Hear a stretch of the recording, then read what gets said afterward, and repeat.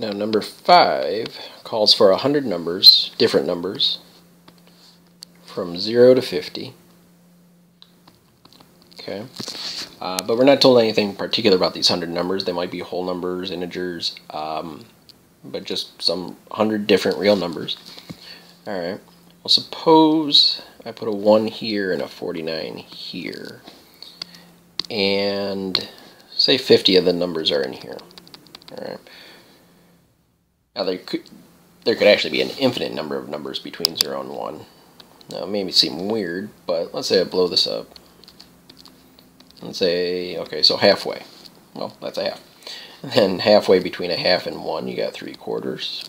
And then halfway between 3/4 and 1, you got whatever that is, and then halfway again, and you can just keep going halfway.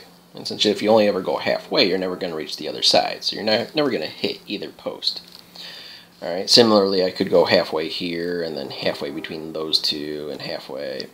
So I can do that an infinite number of times in here. So there's an infinite number of numbers in here. Alright, well suppose 50 of those numbers are down here, and the other 50 numbers are over here.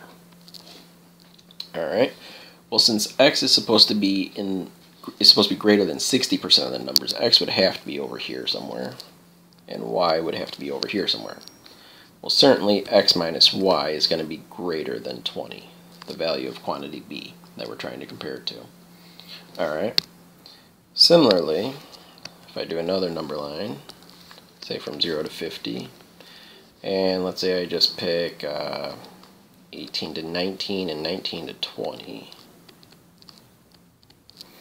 I put 50 numbers in here, 50 numbers in here, and again, since x is supposed to be in greater than 60% of the numbers, x is going to be over here somewhere, and y is over here. Well, certainly the distance between x and y is going to be less than 20. So there's not enough information to determine which quantity is greater.